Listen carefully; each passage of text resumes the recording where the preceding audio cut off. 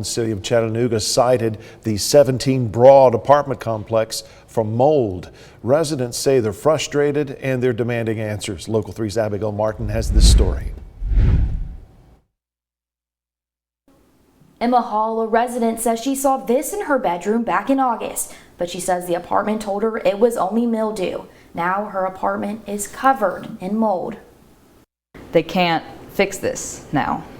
Like if they had done something about it when it first came up, maybe that would have worked, but now they didn't do anything fast enough. Everything's ruined.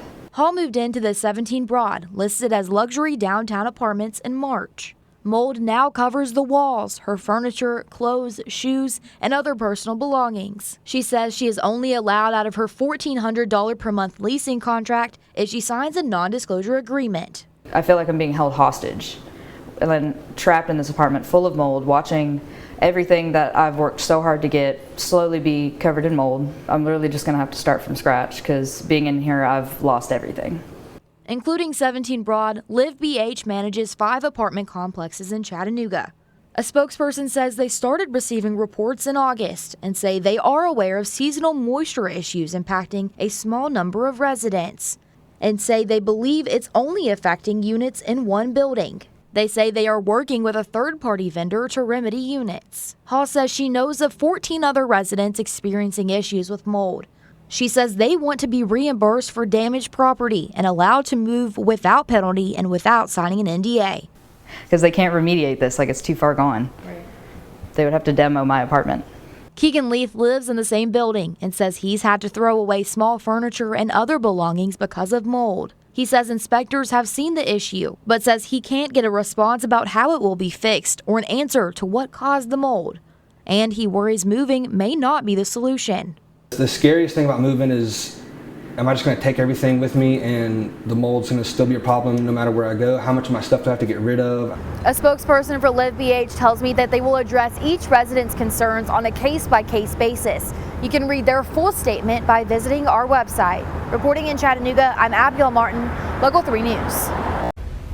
Hoosiers renting climate control units at a public storage facility in Brownsburg say their items are now covered in mold. Tenants say the mold has been growing for months, but management has been slow to respond and slow to notify others.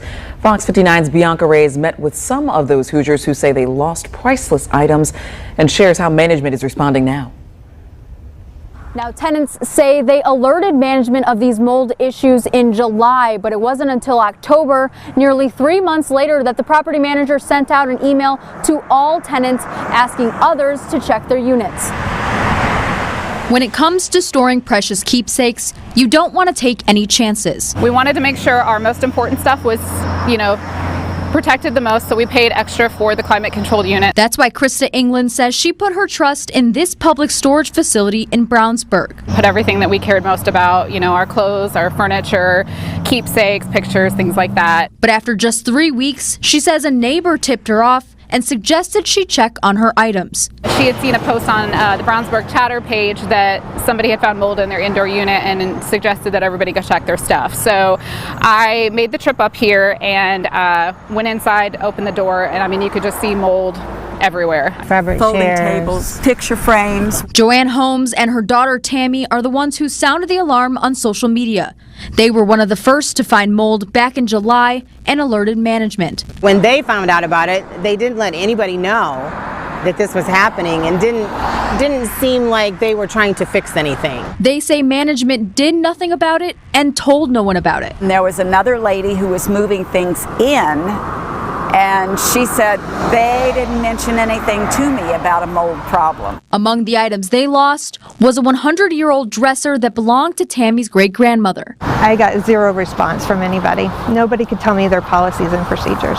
Jennifer Harris is yet another victim dealing with widespread mold. She says the contract she signed absolves Public Storage from being financially responsible, but she still wants to know why it took so long to be notified. So we contacted Darlene here at Public Storage, and she was unaware that there was any situations with mold and said that it was something with our unit only. To our knowledge, there are roughly 30 tenants impacted. Not a single one is being reimbursed the hundreds of dollars spent moving out and cleaning up, and some are still waiting for calls back. And it was just very disappointing. It's like we put our trust in them to keep our things safe, and it was ruined, and then we're just met with victim blaming, and it's just totally uncalled for. Reporting in Brownsburg, I'm Bianca Reyes, Fox 59 News. We've reached out to the property manager of this location and have not heard back right now. Some of the tenants tell us they've filed complaints with the Attorney General's office. A Somerville family says they left their last apartment because of a persistent mold issue. Melissa Rademacher talked to them about their experience, a lawyer about the situation, and she also tried to get some answers from the managers at that complex. My anxiety was just through the roof every day being in that apartment. The McCullough family of 5 moved into the Latitude at Westcott in the fall, but less than 6 months later, they were moving out. About 1 week into their stay, Brianna McCullough says she noticed what looked like mold. I know how serious mold is, and especially when my daughter started to get sick. And, we were doing doctors and antibiotics. She says she first sent an email to management in October asking for maintenance, but the problem persisted into January. After noticing the family coughing at a February doctor's appointment, they put the pieces together. The doctor's notes say to get tested for mold poisoning and to move out. The first thing she said was immediately, you need to get out. The only way you're going to start feeling better and, healing from this is removing yourself from the mold. So a big thing that I think that all tenants should know in South Carolina is just to make sure to document any issues you're having. The more evidence you have of a problem, the easier it is to get it resolved, even if it does require court action. The McCulloughs shared photos of the apartment, emails to management, and the doctor's note. We definitely were getting more and more frustrated, and that's why kind of at the end of it, now that they've, are tacking on all this stuff to us that they want us to pay, it's like we're beyond frustrated and angry. As long as you send that written notice, there is a remedy for tenants where they can legally break the lease and should not be charged a lease break fee, even if their lease mentions it, because the landlord is failing in their obligation under the law. The McCulloughs say they worry about people who may move into their old unit. For now, they are getting tested for mold poisoning soon and are working with a lawyer. In Somerville, Melissa Rademacher, Live 5 News. With so many homes and cars damaged by floodwater, mold is now a serious concern for local families. Paige Kelton is at the First Alert Storm Desk, and Paige, it doesn't take long for it to grow and then cause health problems. Absolutely. Waterlogged cars and homes create the perfect environment for mold to grow. The storm surge sent water into homes along the shore and inland along the St. Johns River. Downed trees also punched holes into some homes, letting the water in. This is video from Flagler College. Experts say getting rid of wet flooring and drywall like these homeowners are doing is the only way to really ensure that mold won't grow. If you have saturated areas that you just can't replace, look for the signs of mold. It looks cottony, rough, or can be different colors like white, gray, brown, and black. Check around your air handling units for standing water, even the evaporator coils and drain pans. Do the smell test. A musty smell may mean you need a closer look behind your walls or under your floors. And if you start having unexplained allergies, you may have mold in your home. It's important you get rid of mold as soon as you see it. For a step-by-step guide on the best ways to stop mold growth, go to our website, actionnewsjax.com, and click the action button. In the First Alert Storm Desk, I'm Paige Kelton, Fox 30, CBS 47 Action News Jax. The Agawam Public Library closed down in September after testing proved that there was mold inside. Now we're taking a look at other libraries in the area. Specifically, how mold can affect both visitors inside a library and the books that are kept there. Western Mass News reporter Paris Dunford talking with experts to get those answers. In September, city officials announced the Agawam Public Library will be closed indefinitely. Recent air quality tests showed mold in 4 areas of the building. Certain areas of the library really were a mess. At that point, I had told the library director, we're going to close this at 5 o'clock today. Normally they close at 9. I said, we've got to get in here and take a look at what's going on. The library is now operating out of the senior center, while the city works on making major changes and repairs to both the inside and outside of the library. Changes that will hopefully prevent something like this from happening again. It's quite an extensive job. I think we're spending about $1.6 million to remediate all these issues that may be related to mold issues. The newly renovated library is scheduled to open in February. Western Mass News hired Daniel Atkins, mold inspector and founder of Nature's Way, Inc., to test another library in the area.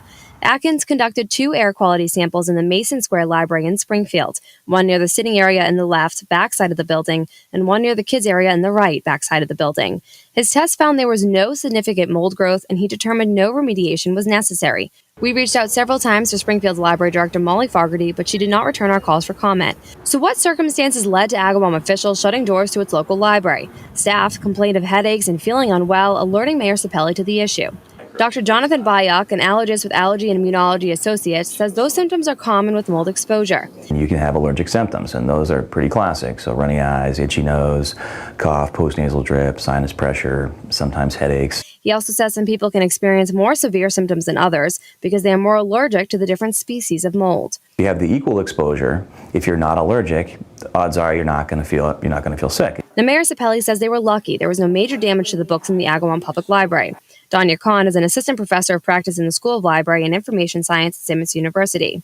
She says mold can be a big risk to libraries, since most books are a prime resource for mold growth. What mold is doing when it's active is it's essentially eating our collections. She says once mold makes contact with items in a library, such as books, it can grow very quickly. That makes books and artifacts very fragile, and some are extremely difficult to find and replace. Once mold starts to grow on the collections, it can be extensive to remediate and extremely expensive. You have to hire a firm to come in and remediate that mold. So usually what your firms will do is they will freeze the materials and then clean them off.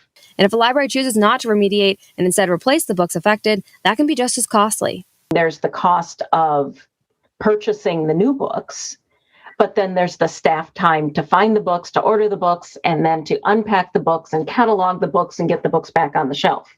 Reporting for Western Mass News, I'm Paris Dunford.